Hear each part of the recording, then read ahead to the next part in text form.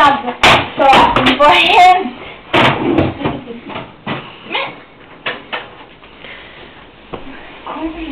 Men...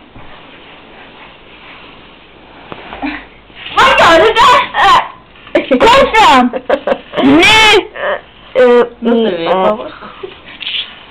Ja, jag sover här, fattar du? Jag sover och jag fick blod.